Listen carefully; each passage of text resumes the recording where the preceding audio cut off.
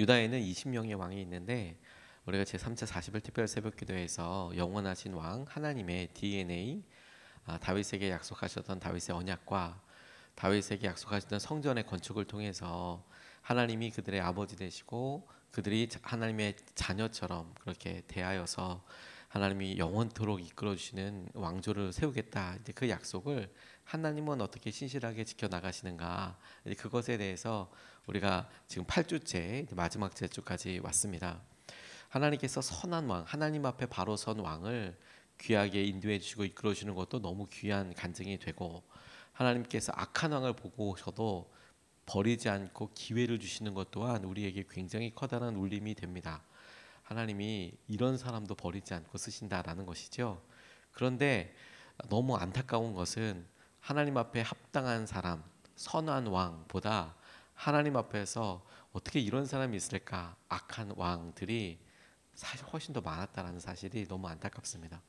하나님이 약속을 똑같이 주신 것인데 하나님 앞에 선하게 쓰임 받은, 하나님 앞 보시기에 합당한 사람들보다 하나님 보시기에 야, 정말 하나님의 은혜다라고 생각할 만한 사람들이 더 많았다라는 점이 너무 안타깝지요. 그래서 이 다윗의 족보를, 왕가를 이렇게 쭉 보다 보면, 그래서 우리가 주목해봐서 그대의 삶을 이렇게 같이 새겨보려고 할 때 안타깝게도 패턴들이 비슷하게 무너지는 왕들이 여럿 있어요. 너무 안타깝습니다. 그래서 그런 왕들을 다 살펴보기보다 하나님께서 주요한 만지심과 이렇게 고백이 있었던 점을 좀 살펴보고 싶은데, 우리가 어제 살펴보았던 우시야, 그가 그렇게 나병으로 허무하게 평생 격리돼서 죽고, 그가 죽기도 전에 그의 아들 요담이 왕이 됩니다. 격리가 되었으니까 왕으로서 활동을 할 수 없지 않겠습니까? 요담이 왕이 되고, 그리고 다시 요담의 아들 아하스를 거쳐서 히스기야까지 넘어오게 되었습니다.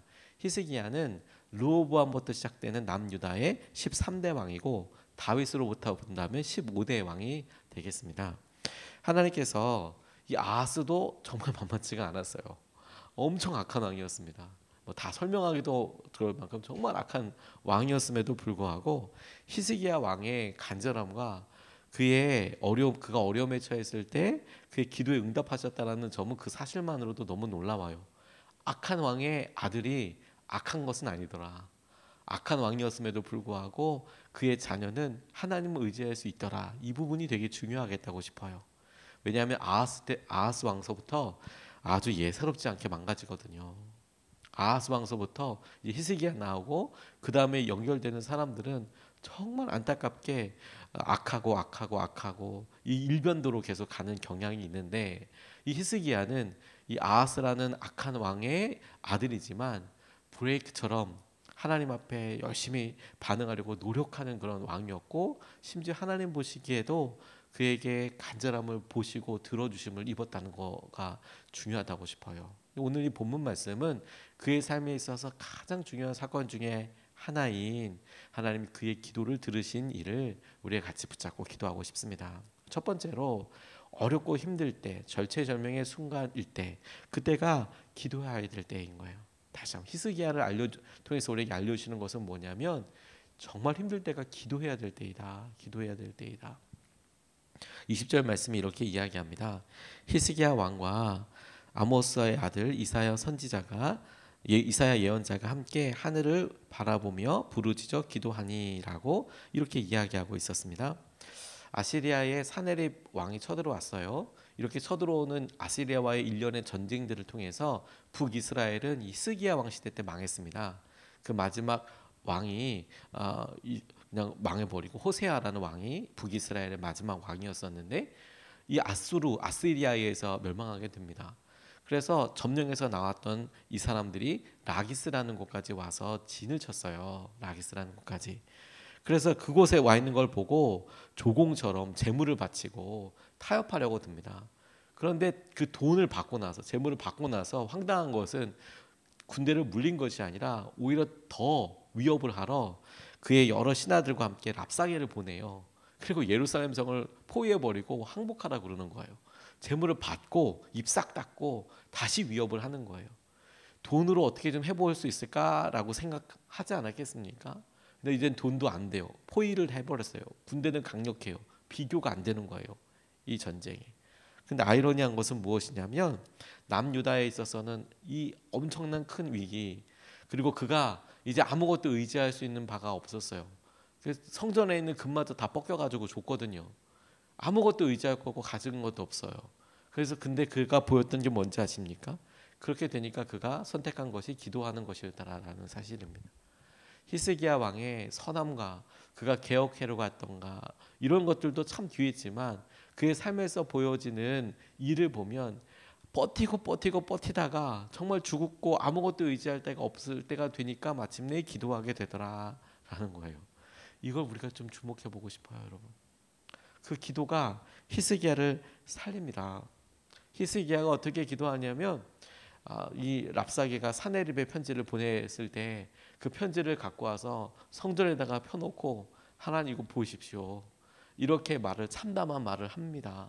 하나님 이렇습니다. 그의 마음에 있는 안타까움과 억울함을 하나님 앞에 토로합니다. 우리가 이렇습니다. 이런 심령으로 피 끓는 기도를 합니다. 그리고 그것을 하나님께서 이사야를 통해서 기도하고 함께 하시죠. 그리고 오늘 본문 말씀은 이사야와 히스기야가 함께 부르짖어서 기도했다. 이제 이렇게 이야기하고 있는데 열왕기 하에서는 그 있었던 일들을 아주 자세하게 설명하고 있어요. 무슨 일이 있었고 어떻게 됐고 그의 삶에 그의 왕국의 남유다의 가장 절체절명의 순간에 빠지자 비로소 기도하게 되더라. 그리고 그때 그 기도를 받으시자 하나님께서 드디어 응답하게 되시더라. 여러분 이것이 우리가 영원하신 왕의 DNA에서 우리가 주목하고 계속해서 바라보고 앞으로도 붙잡아야 될 영적인 진리라고 싶어요. 우리의 삶이 고난과 어려움이라면 여러분 그럴 때 제일 먼저 붙잡고 제일 처음 붙잡고 마지막까지 간절히 붙잡아야 될 것이 무엇이냐면 기도하는 거예요. 기도하는 거. 그게 하나님의 약속 앞에 우리가 마주하는 것입니다. 하나님의 약속의 내용도 그것이잖아요. 언제든지 네가 기도하면 내가 붙잡아 주겠다. 내가 너를 자녀처럼 내가 너를 대하고 내가 너를 붙들어서 다시 살리겠다. 이게 솔로몬이 성전에서 기도했던 내용이기도 하고 이것이 하나님께서 다윗에게 약속하시면서 내가 너의 자녀에게는 왕국을 뺏지 않고 너를 붙들겠다라고 이야기할 때에도 핵심이 되는 게 뭐냐면 어느 때든지 네가 이야기를 걸어오면 내게 다가오면 내가 너를 외면하지 않고 너를 붙들겠다. 너에게 응답하겠다. 너의 삶에 개입하겠다. 이게 중심 아니겠습니까? 하나님께서 우리에게 약속하신 것을 우리가 붙들고 의지하는 것이 너무 귀하다고 싶어요. 제가 저희 교회를 개척하면서도 이런 순간들을 몇 번 경험했습니다만 저희가 이제 저희 교회 이야기니까 제 삶에 이렇게 하나님을 100% 의지할 수밖에 몰아가게 되셨던 때를 떠올려 보게 됐어요. 그래서 저희 교회는 아직까지 나누면 안 될 간증들이 여럿 있습니다만 그런데 제가 처음에 목회했던 고사리 교회에서 담임을 할 때 이런 일이 있었어요. 제가 담임했던 교회는 전 교인이 12명 정도 됐었거든요. 그나마 농번기나 그나마 관광철에는 성도님들이 많이 못 나오세요. 근데 아이러니한 거는 지나가던 관광객들이 들어오셔서 예배를 드리시는 그런 재밌는 희한한 교회였습니다. 그리고 관광객들이 오히려 이 보습들을 보고 헌금들을 더 하는 경우들이 의외로 있으셨어요. 저희 성도님들도 오래전에 신앙생활 하셨지만 성도님들 자체가 없었어요. 그래서 평소 때는 뭐 3명이 오실 때도 있고 새벽 예배는 뭐 여러 번 말씀드렸지만 한 분 오셔서 예배 드렸고 저희 집사람이랑 저랑 이 셋이 이제 새벽 예배는 계속 드리는 거고 뭐 수요일 날 수요 예배 저녁 예배도 뭐 매 일반이었습니다. 그렇게 많이 오지 않으셨습니다. 그러니까 교회에 여러 어려움들과 힘든 일이 있으면 참 되게 난감하죠. 방수공사 그리고 전기 뭐 이런 거 있을 때마다 너무 막막하죠. 뭐 어떻게 해볼 수 있는 일이 없으니까. 그렇다고 제가 주변 머리가 있어서 주위의 분들한테 전화해서 도와주세요라고 얘기하기도 어렵고 그래서 정말 기도하는 겁니다. 근데 아이러니한 게 뭐냐면 그럴 때 기도라도 막 터져 나오면서 눈물의 기도와 이렇게 나오면 좋은데 그렇지 않고 굉장히 메마른 기도가 나옵니다. 좌를 봐도 볼 때가 우를 봐도 도와줄 사람이 없고 진짜 하늘만 봐야 되는데 하늘만 바라보고 기도하면 이게 사람이라도 어떻게 좀 있고 그러면은 뭐 이렇게 마음이라도 떠올리지만 그렇지도 않거든요. 하나님 이거 채워주실까? 하나님 이거 이끌어 주실까? 그리고 대부분 많은 경우들은 끝에 가서 채워주시니까 마음속에 기대했던 것이 무너지고 난 다음에서야 하나님께서 이끌어주시고 인도해 주시는 것이 다였어요. 대부분이 아니라 다였어요. 다. 근데 그 시간을 지나고 제가 지금도 어렵고 힘들고 절체절명의 순간을 통해서 떠올릴 때마다 경험하는 게 뭐냐면 기도해야 살 수 있다라는 것을 하나님께서 그렇게 알려주셨어요. 다른 방법은 없고 기도해야 살 수 있다. 기도하면 넘어설 수 있다. 그게 큰 은혜이고 감사이더라고요. 히스기야 왕뿐만 아니라 하나님께서 역대 다윗의 왕가에 있었던 그 하나님을 찾고 의지하고 했던 사람들에게 보여주고 싶으셨던 것이 그거라고 싶어요. 기도해야 산다. 어려울 때 기도해야 산다. 여러분, 우리 삶에 부모님이 아프시고 우리의 관계의 회복과 자녀들에 대한 여러 일들과 어떻게 말해도 꿈쩍도 안 할 것 같은 여러 일들에 대해서 그것이 우리에게 힘들수록 우리의 삶이 명확하게 집중하고 의지해야 될 것이 뭐여야 되냐면 기도해야 되는 거구나. 이거 하나님 의지해야 하는 거구나. 히스기야 왕을 통해서 우리에게 다시 한번 보여주시고 강조하시는 것이라고 싶습니다. 그래서 두 번째로 우리가 붙잡게 되는 것은 히스기야 왕을 보니 그럼 기도할 때 어떤 일이 일어나는가, 그걸 히스기야 왕의 삶에서 보여지는 것을 보면 성경이 이런 부분을 이야기하고 있다고 싶어요. 기도에 대한 응답을 히스기야 왕의 일을 통해서 하나님께서 우리가 보지 못했던 또 다른 시선으로 보게 하여 주시는 것이 뭐냐면, 기도하면 이 기도를 통해 이것은 나와 그 사람, 그 문제, 그 일에 대한 어떤 갈등과 전투가 아니라 하나님의 전투, 하나님의 개입하심으로 바뀌게 된다는 점을 우리가 주목하고 싶어요. 히스기야를 통해서 발견되는 영적인 또 다른 측면입니다. 21절과 22절 말씀을 보면 이렇게 증거하고 있습니다. 주님께서 한 천사를 보내셔서 아시리아 왕의 진영에 있는 모든 큰 용사와 지휘관과 장군을 다 죽여버리셨다. 아시리아 왕은 망신만 당하고 자기 나라로 되돌아갔다. 그가 그의 신전으로 들어갔을 때에 제 몸에서 난 친자식들이 거기서 그를 칼로 죽였다. 이처럼 주님께서 히스기야와 예루살렘 주민을 아시리아의 왕 사네립의 손과 모든 적국의 손에서 구하여 내셨다. 주님께서는 사방으로부터 그들을 보호하여 주셨다고 이야기하고 있습니다. 기도에 대한 응답은 놀랍게도 남유다와 전쟁을 해서 승리하게 하신 것이 아니었습니다. 히스기야의 기도가 독특하고 이 기도가 우리에게 보여주는 기도의 한 측면이 바로 이 부분입니다. 기도했더니 전쟁을 하고 있지 않습니까? 그런데 다른 전쟁에서는 그 군대가 힘을 내서 지혜를 내서 혹은 어떤 전략을 주셔서 이 전쟁을 승리하게도 하시는데, 이 히스기야 기도를 통해서 보여주신 승리는 놀라운 것이 무엇이냐? 기도했더니 전쟁을 해서 승리한 것이 아니라 그 밤에 하나님께서 한 천사를 보내셔서 18만 5천 명, 열왕기 하에 이 숫자가 나와 있습니다. 18만 5천 명을 하루아침에 다 죽이셨다라는 거예요. 말도 안 될 만큼 엄청난 일이 일어나게 된 거죠.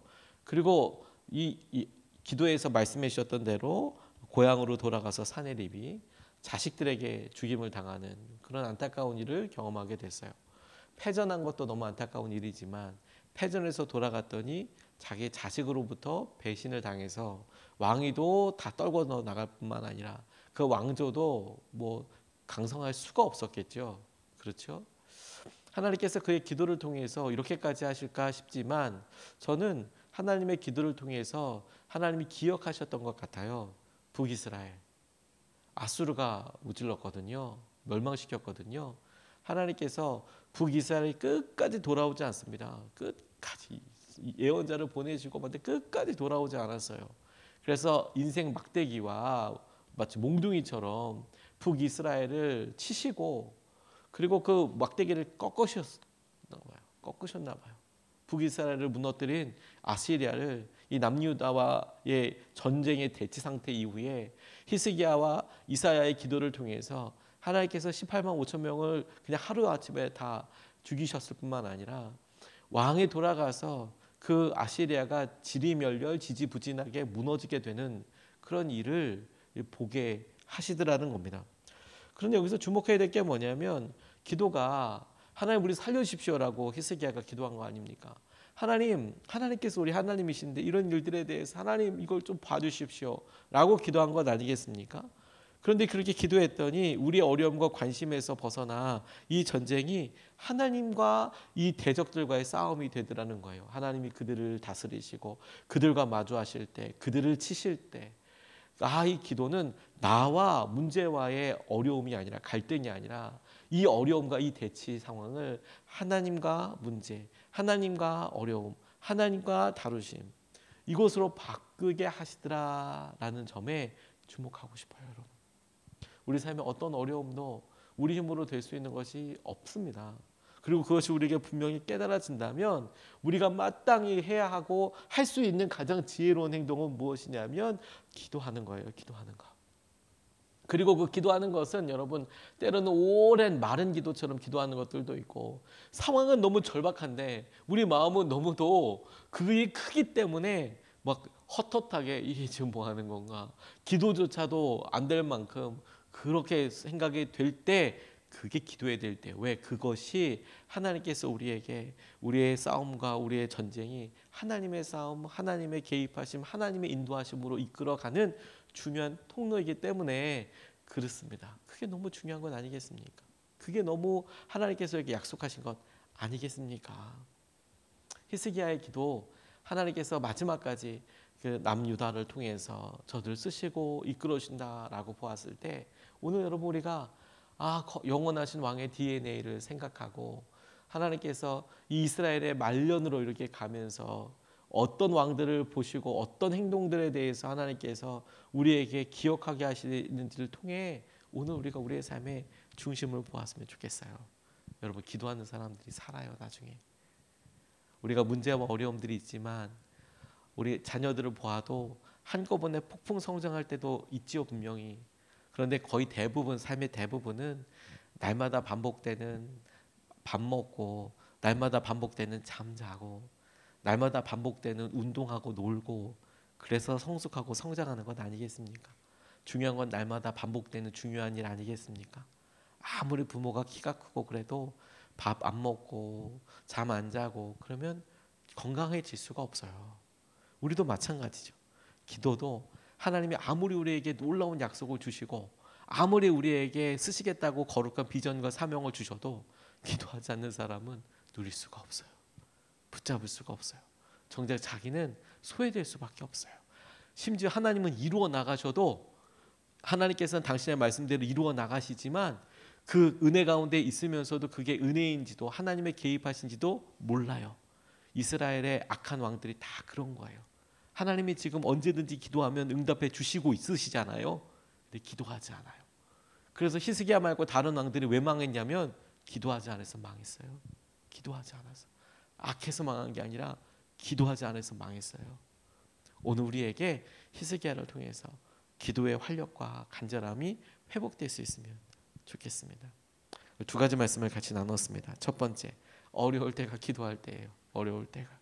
두 번째, 기도를 통해 하나님의 싸움이 되더라는 거예요. 하나님, 오늘 우리가 기도하고 하나님께서 은혜를 더하여 주십시오. 기도해서 사는 거구나. 기도 안 하니까 오히려 그들의 삶에 은혜가 있어도 망하는 거구나. 우리가 이것을 붙잡고 두 번 나눠서 기도하겠습니다. 첫 번째로 기도하고 싶은 것은, 주님, 우리를 긍휼히 여기시고 기도에 대한 열심을 회복시켜 주십시오. 주님, 우리를 긍휼히 여겨 주셔서 우리의 기도에 대한 열심이 계속 회복되고 살아가게 하여 주십시오. 하나님께서 하시는 것을 보게 하여 주시고 하나님 그 은혜를 우리 기도의 열심을 통해서 회복하고 누리게 하여 주십시오. 우리가 첫 번째로 같이 함께 기도하시겠습니다.